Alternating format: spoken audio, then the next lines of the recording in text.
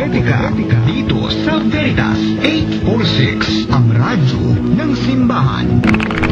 Ave Maria! Rocho Plena! Isang mapagpalang araw po ng linggo mga kapanalig. Ang dalangin nating sumapit sa lahat. Samahan po ninyo kami sa mga sandali ng pag-aaral sa salita ng Diyos at pagtatanggol sa ating pananampalatayang Katoliko. Ako po si Brother Marco, si Evangelista. The truth has set me free. Ako po si Brother Albert Gales from the Roman Catholic Diocese of Imus. Amen. At this afternoon, Brother Albert, napakaswerte natin. Kasi may kasama tayong tatlong magagandang lalaki. Tatlong At haring mago. Tatlong haring mago. At isang napakagandang bini-bini, di ba? Yun. So, ako na siguro mag-introduce sa iba para mabilisan na lang. Unang-una, nandun po sa gawing kanan natin ay si Brother Eusebio Akasili from Cagayan Valley. Wow. Yan. Gusto mo bang bumati ng Cagayanos? Okay na daw.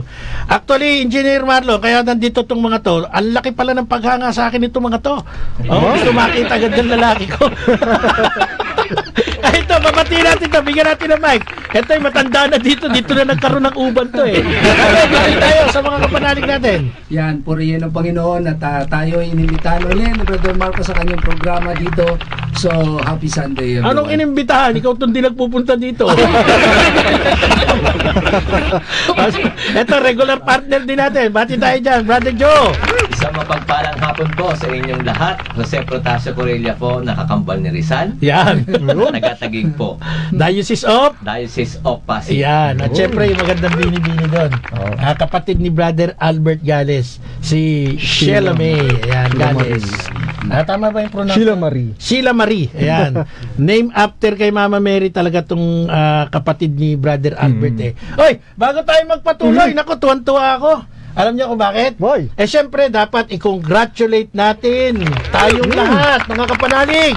Ayon po sa Kantar Media Survey, sa second quarter ng 2025, number 2 most listened AM station sa buong Metro Manila at Mega Manila ang iyong kapanalig na himpilan, DCRB 846, ang radyo ng simbahan. Number 2, Pet Malu. So, dahil yan sa magandang management ng ating Pangulo, Father Roy Billen. Thank you diba? po. May nag-guest, Brad. Number 2. Yeah, di ba? So, syempre grateful tayo sa Panginoon dahil sa dami ng radio station sa Mega Manila, Metro Manila, pumalo po number 2 ang ating radyo ng simbahan. Salamat sa Diyos, no? Ako po sa pangalan po ng pamilyang Medina de los Santos ng Plaridel, Bulacan ay taus-pusong nagpapasalamat sa inyong pakikidalamhati, pagdamay, panalangin at pag-aalay ng mga banal na misa sa pagpanaw po ng aking nakatatandang brother-in-law, si Kaka Aquilino de los Santos. Aquilino Medina de los Santos, sinatid po namin kaninang umaga sa kanyang huling hantungan sa Manila Memorial Park, Plaridel, Bulacan. So sa buong pamilya po ng Medina de los Santos ng Plaridel, Bulacan, maraming salamat po sa lahat po ng nakiramay, nag-alay ng panalangin at nagbigay ng mga tulong para po sa kanyang pagyao. At ang Diyos talaga ay siya namang nakakaalam kung ano yung panahon natin. Kasi ang totoo niyan, kung natatanda mo Brother Albert, last week nagpasalamat din ako sa pagpanaw naman nung aking nakatatandang hipag, si Kalidja. Ano ba pangalan ng totoo ni Kalidja? Elpidia de los Santos San Pedro. Nawala siya nung August 13. And then after 6 days, pumanaw naman yung pinakakuya. Ito nga si Kaka Aquilino Medina de los Santos. So after 6 days, August 19, sumakabilang buhay. Kaya yung magkapatid, yung kuya at yung ate ay kasunuran. So sabi ko, talagang ang buhay, hindi natin inaasahan kung ano yung dating. Talagang yung cycle of life, no? Ay no one can question the Lord. No one can tell the Lord na bakit Lord? Kasi ang may-ari ng buhay natin ay ang Panginoon, no? So yung ating pag-asa sa muling pagkabuhay tulad nga ng sinabi ni Apostol Pablo sa kanyang sulat, unang Korinto chapter 15, kapag ang pag-asa mo ay sa buhay na ito lamang, ikaw na ang pinakakawawa sa daigdig na ito. Pero dahil sa pag-ibig ng Diyos, binigyan tayo ng panibagong pag-asa. After this life, meron tayong susunod na buhay, eternal pa. Hindi ho tayo naniniwala doon sa tinatawag na reincarnation. Iba po yun. Nung halimbawa, si Brother Albert, nawala na, tapos sa susunod na buhay niya, naging aso siya. Ay, hindi ho totoo yun. O kaya naging paru-paro, hindi ho totoo yun. Tayo po, pag namatay, sa muling pagkabuhay natin, no, doon sa kabilang buhay, yun ang tinatawag na grasya ng Diyos, eternal life. Hindi ho tayo magiging hayop. Kawawa naman ako, di ba? Kung itong poging to maging unggoy, kawawa naman. Tama po yan. Nakakatakot yun. Okay. So, dire-diretso na tayo sa topic natin. Opo. Ba't ko na naman tinatch ito? Why? Kasi ang ating pag-uusapan ay may kumbaga, meron din siyang relasyon Opo. dito sa ating topic. Mhm. At ito is all about the queenship of the Blessed Mother. Kailan natin pinagdiwang, Brother Albert, ang queenship ni Mama Mary? Pinagdiwang po natin ang kapistahan o ang memorial ng Mahal na Birheng Maria bilang Reyna ng Langit at Lupa noong August 22, 2025. Kailan lang, di ba? Opo. Kasi ano lang tayo ngayon, 24. 24. O, so, noong nakaraang araw Friday. lang, yung queenship. Opo. Oo. At bigyan natin ng background din ang mga kapanalig natin. Kailan ba nagsimula at paano ba nagkaroon ng tinatawag nating memorial o kapistahan ang queenship o pagkareyna ng ating mahal na Inang Maria? Itatagpo ang kapistahan o memorial ng Queenship of the Blessed Virgin Mary noong October 11, 1954. At sinong Santo Papa ang nagbigay ng decree upang ipagdiwang ang memorial na ito? Walang iba po kundi si Pope Pius XII sa kanyang encyclical letter na Ad Caeli Reginam. At ipinag-utos niya sa buong simbahan na ipagdiwang ito sa buong mundo, no? Pero alam mo ba, Brother Albert, originally, hindi naman August 22 ang celebration. Ha? Oo. Ang totoong petsa niyan noong unang sinelebrate ito ay May 31. Wow. Oo.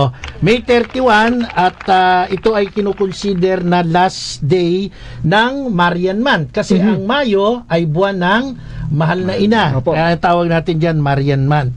At ang pangunahing seremonyas ng kapistahan ay nakaugnay o involved dito yung pagkukorona, crowning of the Salus Populi Romani icon ng ating mahal na Inang Maria sa Roma na ginawa ni Pope Pius XII bilang bahagi ng pagpuprosesyon o pagdiriwang dyan nga po sa Roma. Okay.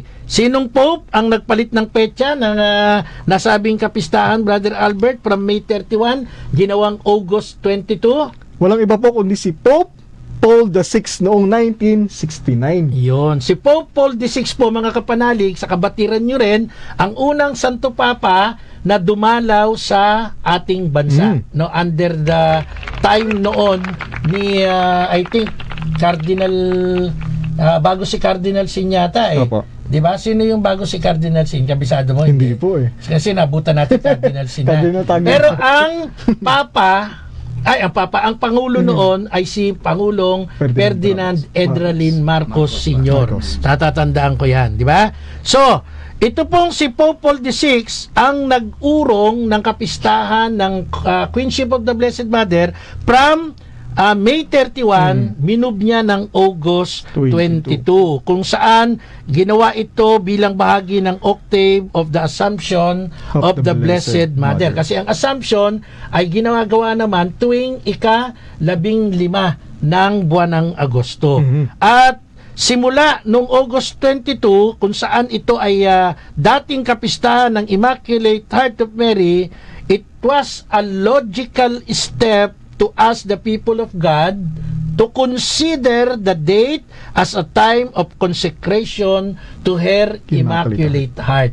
Kaya si Pope Pius VI, sa kanyang matalinong pag-oobserba, inugnay-ugnay niya, parang kumbaga pinagtuhog-tuhog niya na yung mga kapistahan na related sa ating mahal na Inang Maria. So mga kapanalig, magbabalik po tayo sa ating malalim na pag-aaral tungkol sa debosyon sa mahal na Inang Maria. Ay mga kapanalig, na pinag-uusapan natin ang tungkol sa queenship ng ating mahal na Inang Maria, kung saan nga po ay nakikita natin na itong selebrasyon na ito ay napakamahalagang bahagi bilang isang Kristiyano, Brother Albert. Opo. So, noong August 22, 2022, ano nangyari? 2025. Ipinagdiwang ng Santa Iglesia Katolika ang kapistahan ng mahal na ina bilang reyna ng langit at lupa, o tinatawag na Queenship of Mary. At kaalinsabay sa pagdiriwang ng kapistahang ito ay nagdiwang na ang Diocese of Igos sa Davao City ng ika-74th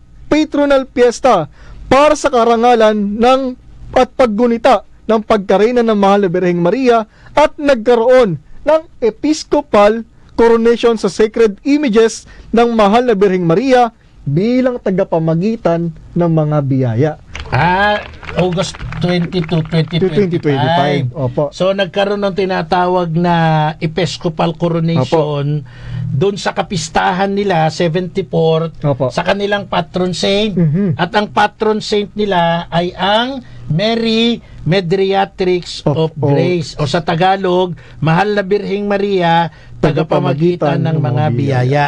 Pero bago tayo dumako dyan, Brother Albert, wag muna nating iwan yung queenship. Opo. Alam mo, pag meron kang tiningnan na isang website, Huh?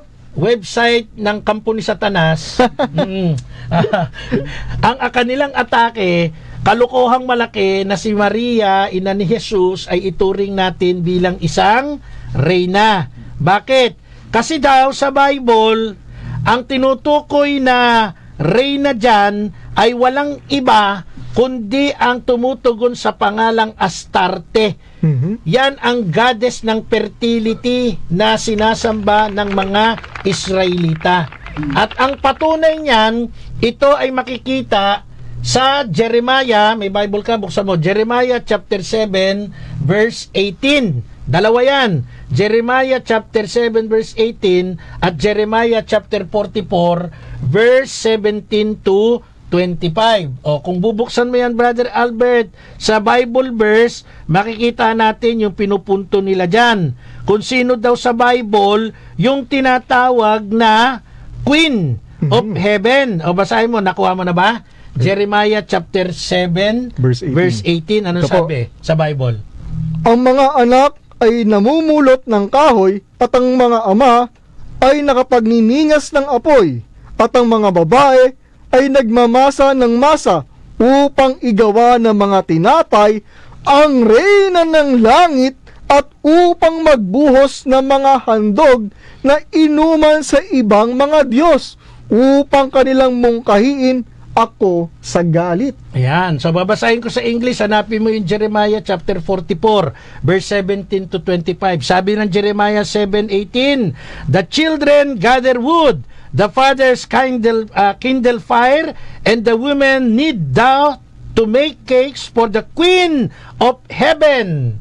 So, ang tinutukoy na Queen of Heaven doon, sabi nitong vlog na ito, ang kanilang claim, sabi ng Bible, ang pangalan ay Astarte, fertility goddess. O, nakita mo na yung Jeremiah 44:17-25? Anong sabi ng Jeremiah? Wait lang. Jeremiah 44, Verse 17-25. O, habang hinihintay ko si Brother Albert, ang sabi ng Bible, "But we will do everything that we have vowed, make offerings to the Queen of Heaven, and pour out drink offerings to her, as we did, both we and our fathers, our kings and our officials, in the cities of Judah and the streets of Jerusalem. For then we had plenty of food and prospered, and so no disaster.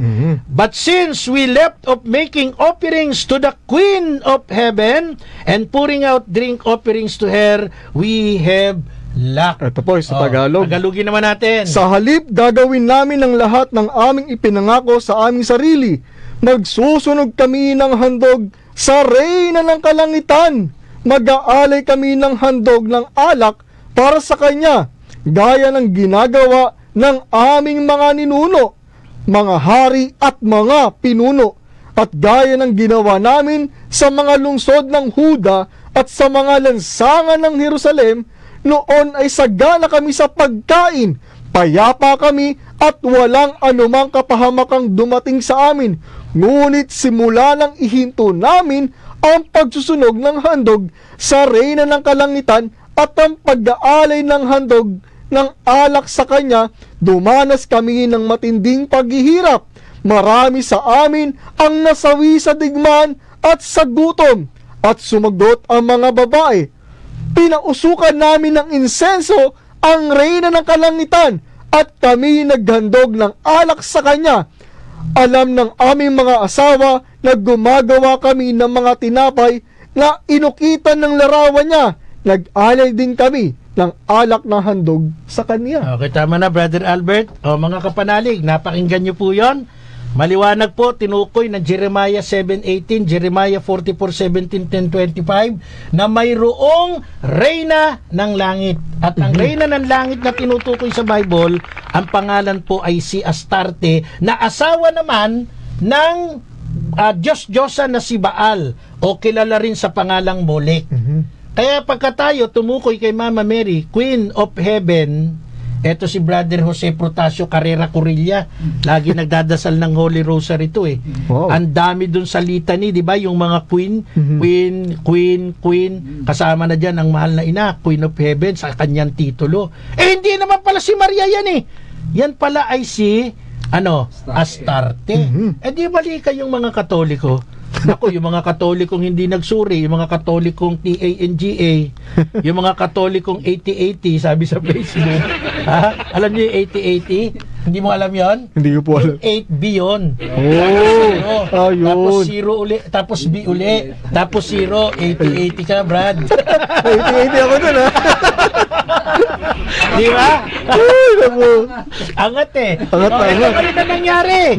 Dahil nga walang kamalayan, naniwala kasi binasahan sila ng Bible. Pero, nakita naman natin kung sinong tinukoy doon. Ang Queen of Heaven na tinutukoy doon, na sinasamba ng mga Israelita, na asawa ni Baal, isang fake na God, ay si Astarte. Ngayon, si Mama Mary naman, ang ina-acknowledge natin na Queen of Heaven. Paano siyang naging Queen of Heaven? Una, mali yung reference na ginagamit nyo. Huwag nyong gamitin ng Jeremiah 7:18 at Jeremiah 44:17-25 kay Mama Mary, sapagkat hindi ito para sa kanya. Maliwanag na tinukoy yan para kay Astarte. Sa aming mga Katoliko, ang Queen of Heaven sa amin, si Mama Mary, nanay ni Jesus. Sa inyo, ang Queen of Heaven na kiniklaim ninyo, si Astarte. Di kayo sumasamba sa Diyos-Diyosan. Bakit nyo binabato sa amin? Di ba? Correct. Bakit namin tinatawag na Queen of Heaven si Mama Mary? Ganito lang kasimple. Sa kaharian ni Haring David, ang mga ina ng hari ang nagiging reyna ng kaharian. Nakasulat po yan, unang aklat ng hari, chapter 2, verse 19. Ito ngayon ang punto de vista. Simple logic. Ang ating Panginoong Jesucristo ay isang hari mula sa linya ni Haring David.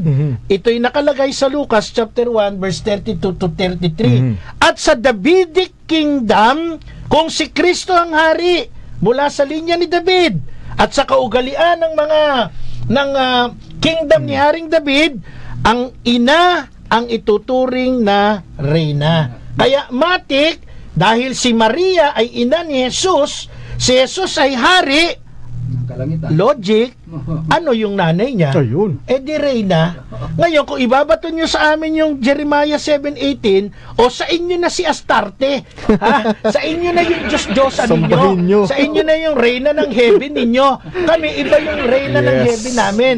Ang reyna ng heaven namin, walang iba kundi ang nanay ng hari, at ang hari, walang iba kundi si Kristo.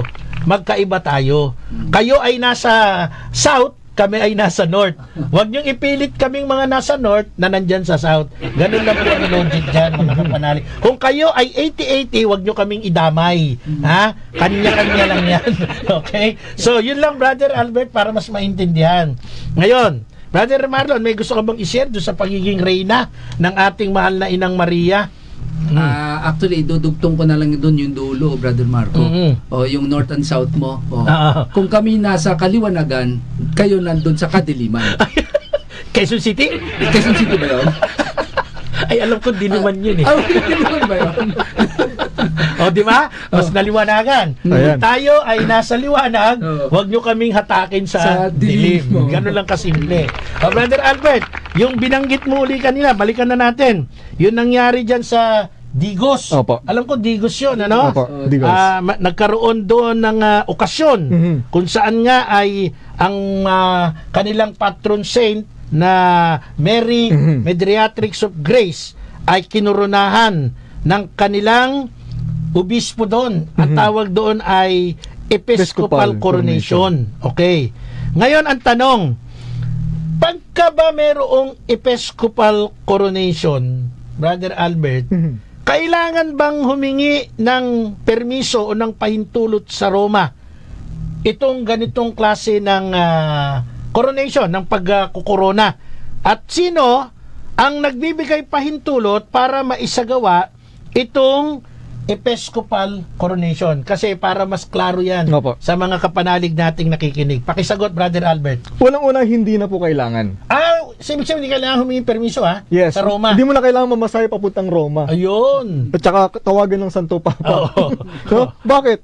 Ito po mga kapanalig, hindi na po kailangan pang humingi ng pahintulot sa Roma upang magkaroon ng tinatawag na Episcopal Coronation para magbigay ng pagpaparangal sa sagradong imahen ng mahal na ina. Bakit? Bakit? Sapagkat ang Episcopal Coronation ay bibigyan naman ng pahintulot ng obispo or ng arsobispo na nakakasakop sa diocese sa pamamagitan ng Isang decree. decree. O Opo. dekrado. O. Opo.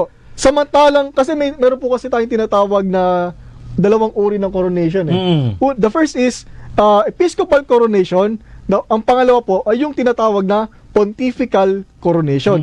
Pag sinabi po nating Episcopal Coronation, ito pong coronation na to ay magaganap sa pamamagitan ng pagbibigay pahintulot Authority. or ng authority Ng obispo. Oo. Or yun. Pag sinabing pontifical, Pag sinabi po nating pontifical, ito po yung decree na may pahintulot at may pirma ng ating mahal na Santo Papa. so dalawa yan para hindi tayo malito. Yung ginawa po nung nakaraan dun sa Mindanao yun, Brother Marlon, ano? Opo.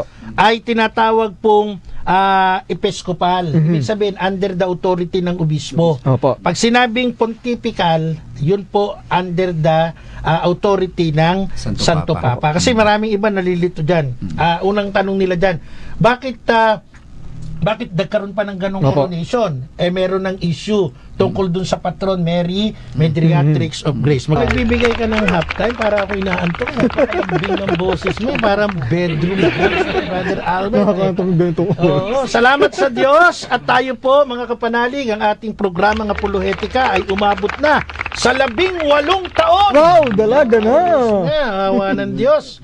At syempre, yung 18 years na yan, ang tinig po na inyong naririnig, Brother Marco Evangelista. At syempre, matagal ng panahon, kasama natin, Brother Marlon Asuelo, si Brother Jose Protasio Carrera Corilla, at syempre, ang ating brother partner from Diocese of Imos, Brother John Albert Gales. Syempre, sa 18 years, 16 years dyan, kay Tatang Larry Lamco Malyari. At dun sa 18 years, paminsan-minsan, nandyan din si Professor, doktor na ngayon, Oh, yeah. Dr. Jose Santos Jr., PhD. Ayan, Wow. may karugtong na yan. At Frater Louie Peñapiel Hermosa, isa sa may-ari ng Philippine General Hospital. Wow! Siyempre, salamat din sa ating dating Pangulo, Father Anton City Pascual, at ang ating present President, Father Roy Billen, at ang ating mahal na Station Manager, Madam Risa Mendoza. Salamat po sa pagtitiwala. Kaya tayo'y patuloy. Sa 18 years, tuloy-tuloy pa yan. Sabi ko nga, Brother Marlon, si Tatang 16 years bumigay. Sabi ko, si Brother Albert, sana mga 25 years naman. Lamangan niya ng konti si Tatang. Matira matibay talaga. Okay, so mga kapanalig, puntahan na natin yung ating pinag-uusapan. Maliwanag po pinaliwanag na natin. Una, iba po yung reyna ng langit at reyna ng langit sa mga protestante, nasa dilim yun. Yun si Astarte.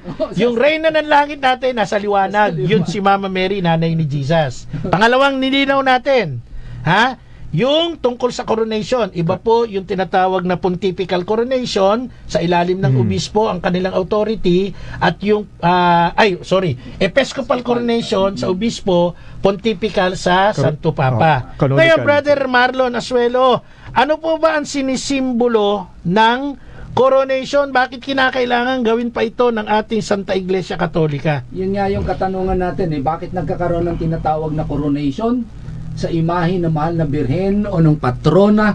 Una, bilang kilalanin ang matinding debosyon ng mga mananampalataya sa kanilang patrona, partikular sa imahen na siyang nagiging daluyan ng masidhing pananampalataya. Ngayon, mayroon pa tayong isang katanungan, ano ang kinakailangan upang magkaroon ng episcopal coronation? Ito nga, yung under the authority of the bishop. Of the bishop, opo. So ngayon, ang sagot dito, dapat ang banal na imahen ay dapat mayroong makasaysayan at may matinding debosyon mula sa mga deboto na bibigyan ng maayos na pagpaparangal at paggalang, at ang deboto ay nakakaranas ng mga himala sa kanilang buhay dahil sa paglapit sa kanilang pinipintuho. Yung patron saint, yung pinipintuho, yung patron saint. Yung patron saint, of course. At matapos nito ay maglalabas ng decree ang local bishop or archbishop matapos ang matinding pagsusuri sa mga patotoo ng mga deboto mula sa mga may kapangyarihan sa loob ng So, simbahan. ibig pa lang sabihin, hindi to in an instant parang agad-agad, koronahan natin ito, hindi pala pwede. Hindi. Dapat may proof pa din. Rigid pala talaga yan. Examination, Process. mga process. Oo. So, meron ba tayong batayan niyan kung pagdating sa mga batas na umiira sa Santa Iglesia, sa simbahan? Meron, Brother Marco. Ayon sa ating canon law, canon 1169, sentence number 1, ay nagsasabing, those marked with the episcopal character and presbyters permitted by law or legitimate grant can perform consecrations and dedications validly. Ang pangalawang sentence dito ay nagsasabing, any presbyter can impart blessings except those reserved to the Roman pontiff or bishops. At ang canon 1171 nagsasabing, sacred objects which are designated for divine worship by dedication or blessing are to be treated reverently and are not to be employed for profane or inappropriate use if they are owned by private persons. Meaning, papakitaan natin ng pinakamataas na paggalang at hindi natin yan parang gino-joke lang. Yung iba kasi pinapakita nila yan at ini-impersonate, pero not in a holy or a serious matter, but parang binabastos. So dapat pagpapakita natin with all the reverence mula sa paggalang na maayos at sa tamang pamimintuho. Amen. So yan po mga maliwanag mga kapanalig, no? Ating kinuha yung ating referensya doon sa nangyaring koronasyon diyan nga po sa Digos, kung saan po ito po ay pinangunahan noong August 22 ng kanyang lubhang kagalang-galang Bishop Guillermo Apable, no? Bishop Guillermo Apable. So dito kinilala ng kanyang nasasakupang diocese na ang mahal na ina, ang kanilang patron ay tinatawag na Mary Mediatrix of Grace. Ngayon, may mga naging reaction, Brother Albert. Ang reaction ay ito. Ay, teka lang po, bakit po nagkaroon pa ng tinatawag na coronation doon, episcopal coronation doon? Eh di po ba, nagkaroon na po ng batas tungkol po sa issue ng Mary Mediatrix of Grace na inilabas po ng Vatikano. Kung natatandaan nyo mga kapanalig, yung iba kasi nakasubaybay pag binanggit mo yung Mary Mediatrix of Grace, nakasubaybay sila dyan. Bakit po meron ng kautusan ang simbahan nagkaroon pa ng koronasyon? Di po ba naging conflict ito, Brother Marco, mga kapanalig? Kasi nga sinasabi ng kautusan ng simbahan na walang supernatural, yung tinatawag na Medriatrix of Grace na nangyari sa Lipa, Batangas, kung saan noon pa pong panahon ng April 11, 1957, sa pamamagitan ng 5 obispo, nagsagawa na ng investigasyon. 6 na obispo to, pinamunuan ni former Archbishop of Manila Cardinal Rufino Santos. Sabi nila, wala daw tinatawag na supernatural, non-supernatural itong Medriatrix of Grace dyan po sa Lipa, Batangas. At hindi ho nagtagal, yung review na ito ng ating mahal na dating Manila Cardinal Rufino Santos ay iniakyat dito po sa Roma sa pamamagitan naman ni Pope Pius XII. Diniklara niya that the apparitions as fraudulent or deceptive or deception, may panluloko, may pandaraya. Kaya hindi ito dapat paniwalaan. O tapos naguluhan na ngayon ng mga Katoliko. Ano ba yan? Nagkaroon ng ganitong order. Meron ng order ng Santo Papa. Diniklara ng Santo Papa, Pius XII, na ito ay fraudulent or panluloko or pandaraya. And then, after that, December 2015, nagkaroon na naman ng mga re-investigation. Di ba? Pinangunahan naman ito ni Lipa Archbishop Ramon Orhelles. And then, after that, eto, nagbaba na naman ang ating butihing obispo ng Lipa. Ang obispo ng Lipa natin, yung kasalukuyang obispo ng Lipa natin, si Archbishop Garcera. Nagbigay na naman ng bagong kautusan kung saan ay pinagtibay niya yung decree na nilabas noon pang 1957. At ito'y nilabas noong 2024. Ni-reveal.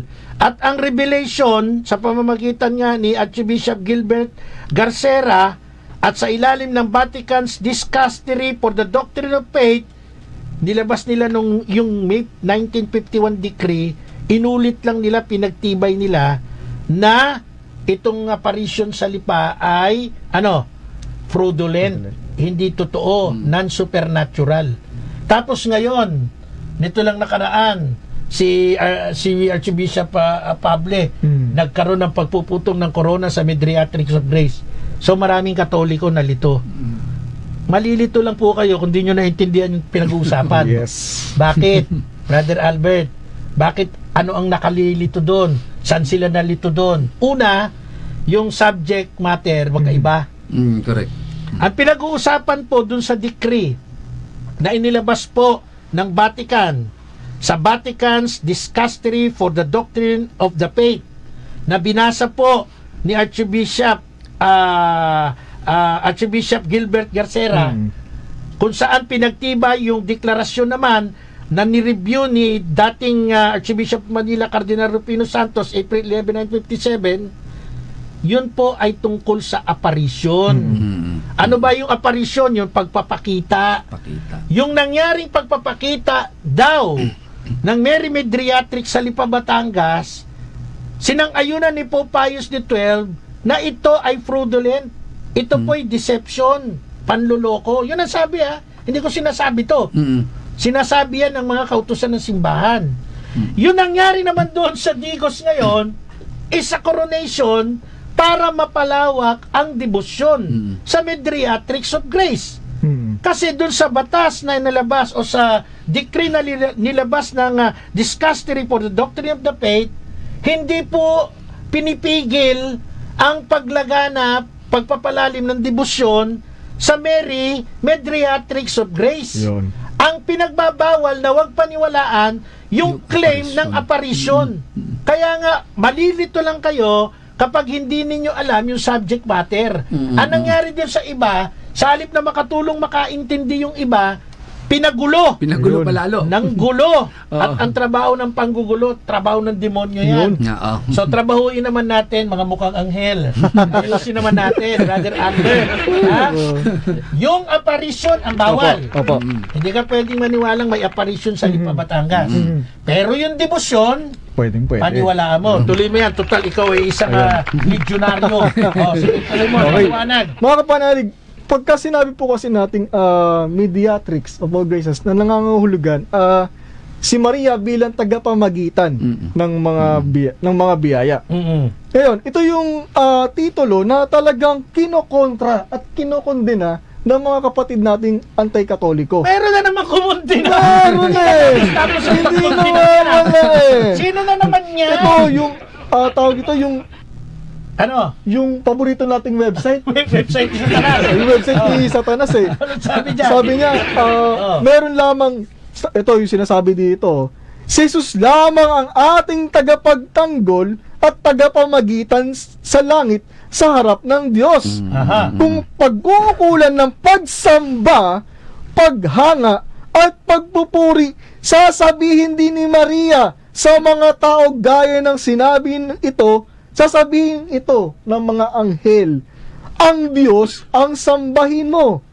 Ayan. So, Yun yung pinapalabas ng mga Alam mo, website ni Satanas. inuha nila yan sa 1 Timothy. Opo. Sa 1 Timothy kasi nakalagay, iisa lamang ang tagapamagitan sa Diyos at sa mga tao, ang taong si Kristo Jesus. Ngayon, ang Katoliko, ang sabi, si Maria, tagapamagitan ng mga biyaya. Nako, yan ay pagkuha ninyo ng titulo ng Panginoon. Kaya kayo mga Katoliko, katok na, liko pa. Oh, Lord. Amen. Nag-shout out, Dr. Jose Santos Jr. from Balay Rosa. Mukhang may celebration Oo, naman. baka maligaw yung sasakyan natin, mabuntang Materos, ha? Brother Jude Santos. Shout out ka naman dyan kung maliligaw kami ng Balay Rosa. Okay.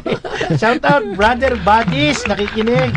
Brother Ben Espiritu, may kilala po ako, sekta, may Reyna din. Reyna ng Taiting.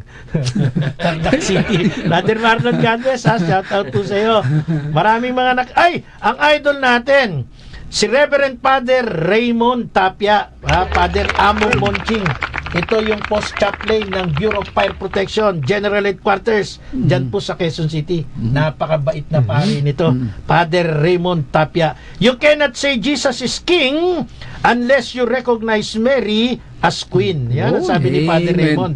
We cannot love Jesus if we cannot love the persons whom Jesus loved, especially the Blessed Virgin Mary. Totoo po yan, Yes, Father. totoo Saludo po po yan. kami sa iyo.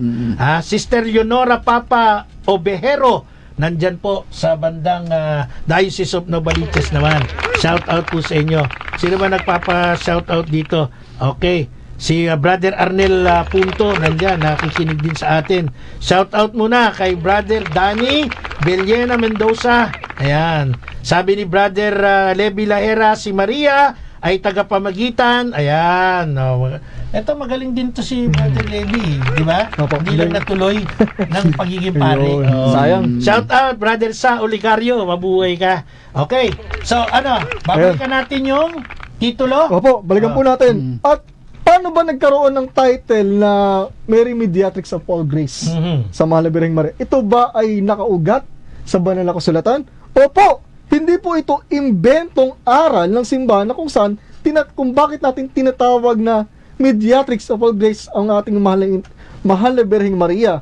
Sapagkat ito po ay nagsimula sa Annunciation at sa pamamagitan ng fiat ng Mahal na Birheng Maria na mababasa po natin sa Lucas chapter 1 verse 38. Ano bang sabi ng Mahal na Birheng Maria? Magganap nawa ayon sa wika mo. Let it be done to me according to thy word. So, ibig sabihin lamang po nito, mga kapanalig, si Maria na ating ina ay namagitan upang ang salita ng Diyos, ang berbo, ay magkatawang tao. So, ibig sabihin, mga kapanalig, dumaan, may pinagdaanan ang Diyos, ang ikalawang persona ng Diyos, upang siya ay magkatawang tao. So, kaya nga lumalabas na mediatrix, no? Ibig sabihin, sa pamamagitan ng Mahal na Birheng Maria, ang salita ay nagkatawang tao. Sino ang sasalita na nagkatawang tao? Walang iba kundi ang ating Panginoong Hesukristo.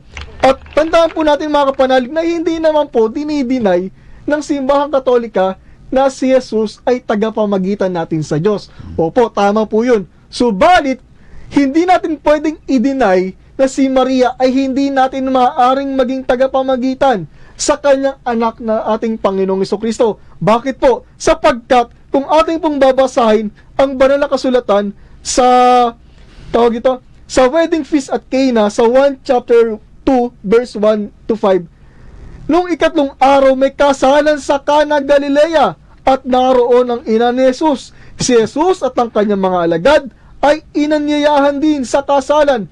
Naubos ang alak, kaya't sinabi ng ina ni Jesus sa kanya, "Anak, wala na silang anak." Sinabi ni Jesus, "Ipaubaya na lamang po ninyo ito sa akin ginang. Hindi pa ito ang aking tamang oras." Sinabi ng kanyang ina sa mga naglilingkod, "Gawin ninyo ang anumang sabihin niya sa inyo." Mga kapanalig, tandaan po natin ito. Hindi kailanman pagtatanggihan ng isang mabuting anak ang kanyang minamahal na ina sa kanyang kahilingan. Kapag ka ang reyna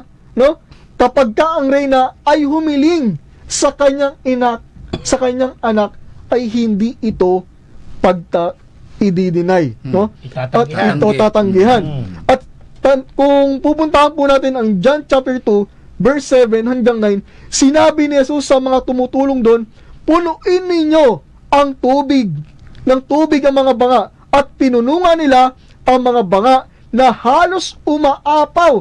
Pagkatapos sinabi niya, "Kumuha kayo ng kaunti at dalhin ninyo sa namamahala ng handaan." At dinala nga nila ang mga namamahala. Tinikman nila ang tubig at naging alak. At take note mga kapanalig, sa unang himala na ang mahal na Birheng Maria ay namagitan sa kasalan sa Cana, naganap ang unang himala. Amen. Dito ba? Amen. So, dito maliwanag, pinakikita ng paliwanag ni Brother Albert, ang mahal na ina, from the very start, dun pa lang po sa Annunciation, tagapamagitan na. Kaya nga, si Arkanghel Gabriel, sa kanya pumunta, nagkaroon ng pagpapahayag na yung salita, ang salita ay Diyos sa John 1:1, John 1:14, ay naging tao. Sino ngayon ang naging tagapamagitan doon? Yung incarnation sa pamamagitan ng Birheng Maria. Kaya tagapamagitan siya. Ayun. Kaya siya mediatrix of grace. Ngayon, yung tinatawag na wedding at Cana, yun naman ay literal na grasya. Opo. Diba? Naubusan ng alak. Sabi ng mga lasinggero, kita na ninyo, the first miracle is alak. Kaya, tagay pa more. Okay. Hindi ganun yon. Yes. Nung unang panahon, napaka-importante sa kasalan ng mga Hudyo, ang alak. Very basic yan sa kanila. Kapag ka hindi na i-produce yung alak na kailangang i-sustain dun sa wedding, yun pong groom at kanyang pamilya ay ikukulong. Ibig sabihin, nagkaroon ng lapses. Hindi mo pala kaya magkasawa, nagpakasal ka. Kasama po sa dote yan kung tawagin. Kaya nung nalaman ng mahal na ina na kinapos na ng alak, namagitan na naman siya. Tandaan nyo, binasa ni Brother Albert yan sa John chapter 2, nandun si Jesus, nandun yung mga alagad, nandun ang ina ni Jesus. Saan lumapit yung mga katulong? Sa 12 alagad ba? Hindi. Sa nanay. Dumirekta ba kay Jesus? Hindi. Saan dumaan? Sa nanay. Bakit? Malakas na bakir ang nanay Malakas na bakir ang nanay. Tandaan nyo yan. Sa mabuting anak. May kilala ako pinuno ng isang kulto Pinakulong yung nanay Pinakulong yung nanay. Iba yun. Diba? Demonyong anak yun. Diba? Katulad yung balita, yung humingi ng pagkain yung anak.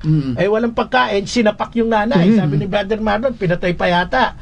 Demonyong anak yun. Si Jesus, hindi mabuting anak si Jesus Kaya hindi niya pa panahong gumawa ng himala, pero bumulong yung nanay. Anong ginawa? Hindi pa ito ang panahon ko. Pero anong ginawa? Punuin nyo ng tubig yung tapayan, gumawa ng kauna-unahang himala. Eto na ngayon ang tirada ng mga kampo ni Satanas. Gamit yung Bible, syempre. Binasa nila yung 1 Timothy chapter 2 verse 5. For there is one God and one mediator between God and men, the man Christ Jesus. Ito yung laging ginagamit nila. Sino daw po nag-iisang tagapamagitan? Isa lamang daw po kundi ang ating Panginoong Jesucristo. Tapos sisegundan nila ng Hebrew chapter 9 verse 15, therefore Christ is the mediator of the new covenant. Susundutan pa nila ng Hebrew chapter 12 verse 24, and to Jesus the mediator of a new covenant. O bakit si Maria tagapamagitan nyo? Mali na naman yung inyong subject matter eh. Bakit? Ang tinutukoy dito, nag-iisang tagapamagitan, walang iba, walang umaagaw, ang mahal na Panginoong Hesus patungo sa Ama. Kaya nga sa John 14:6 sabi niya, I am the way, the truth, and the life. No one comes to the Father except through me. Hindi po yan inaagaw ng mahal na ina. Si Maria, tagapamagitan patungo sa ating Panginoong Hesus. Si Hesus na Panginoon, tagapamagitan natin patungo sa Ama, the way, the truth, and the life. Kaya magkaiba yung subject matter. Ang hirap sa inyong mga TANGA, nasa kadiliman kayo, hinahatak nyo kami sa maling paniniwala ninyo. Ang mahal na ina, kiniklaim naming tagapamagitan ayon sa tala ng banal na kasulatan, nakita natin yan dyan, pero hindi niya inaagaw ang kredito na siya ay maging tagapamagitan sa Ama. Si Jesus lang po iyan. Basahin natin, Catechism of the Catholic Church. Anong sabi ng Catechism? Alam niyo ako, paminsan pabigla-bigla ako, nagugulat si Brother Albert eh. Basahin mo Catechism. Anong sabi ng Catechism of the Catholic Church? Si Jesucristo ay Diyos na totoo at taong totoo at kaisa ng persona ng Diyos. Dahil dito, siya lamang ang kaisa-isang tagapamagitan ng Diyos at ng mga tao. Catechism of the Catholic Church number 479. Ito po ang official teaching ng Simbahang Katolika. Kaya wag nyo kaming subuan ang hindi namin official na turo. Ano ang official na turo sa amin dito? Ang liwanag. Isa lamang ang tagapamagitan sa Diyos at sa mga tao, ang ating Panginoong Jesucristo. Wala po nakalagay dito si Maria. Kaya wag kayong mag-imbento. Ha? Pagka kayo inventor ng mga maling aral na ipinipilit yung ibigay sa amin, talagang itong patunay na kayo yung mga kampo ni Satanas. Kasi sa John chapter 8, si Satanas ang ama ng kasinungalingan. Kaya kayong mga sinungaling, kayo nga ay mga anak ni Satanas. Direkta yan, Brother Joe. Di ba? Brother Jose Protasio Carrera Corilla. Yan, from Dagupan City. Oh, ito. Magiging honorable to pagdating ng araw. Hindi nagat. Hindi na siya. Western Bikutan, Taguig City. Wow. Okay. So mga kapanalig, ang sarap pong pag-usapan ang ating mahal na ina. Pinaklaro lang po natin sa araw na ito ang mga paglilinaw. Ang una nating nilinaw diyan, yung tungkol sa pagiging reyna. Ang mahal na ina, reyna sapagkat siya'y nanay ng hari. Ang Panginoong Hesus. Kasi ang iniisip ninyo, yung reynang nasa Bible, no? Yung si Astarte, ang iniisip nila, asawa ng hari. Yung tinatawag na queen consort. Tama ba ako? Consort, yes. Si Mama Mary, Queen Mother. Lalo na nung panahon ni Solomon at ni Haring David. 700 ang asawa niya eh. O sino ngayon ang reyna doon?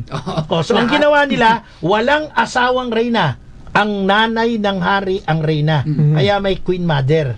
O tandaan nyo ha. Kasi sa amin, kami mga royal, alam namin yan eh. Yung mga degree na yan. Your Highness. Pero sa iba, yung mga 80-80, hindi nila alam yan. Di ba? So nilinaw natin, ang reyna natin, mahal na ina dahil nanay ng ating hari, ang Panginoong Hesus. Pangalawa, yung tinatawag nating coronation. Iba po yung coronations under the bishop, tinatawag itong episcopal. pontifical naman sa Santo Papa. At iba rin po yung apparition, wala hong paniniwalaan sa lipa apparition, pero yung debosyon ng Mediatrix, mananatili po yan sapagkat tinuro na yan from the very start that our Blessed Mother is the Mediatrix of Grace. Wala na po tayong oras. Maraming salamat po sa inyong pagsama. Maraming salamat po kay Kapitana Evelyn Tan Arago ng Barangay Affairs Office Taguig City sa iyong generosity at buong pamilya. Salamat po. Maraming salamat din po kay mahal nating Sister Purissima Arsiaga sa Roma, Italia. Salamat po, Sister Purissima. Ganon din sa ating mahal Police Senior Master Sergeant Eric Castillo ng Caloocan PNP at kay Brother Arnel Borromeo sa kanyang anak na si Noemi at sa kanyang buong pamilya. Pagpalain kayo ng Panginoon sa inyong kagandahang loob. Ako po, si Brother Marco Evangelista, kasama po si Brother Eusebio Acasili, Brother Marlon Nasuelo, Brother Jose Protasio Corilla, si Sheila Marie Gales, at syempre ang ating mahal na brother Albert Gales from kami po ay nagsasabing, nagsasabing sumainyo ang katotohanan. God bless! Dami mong dahilan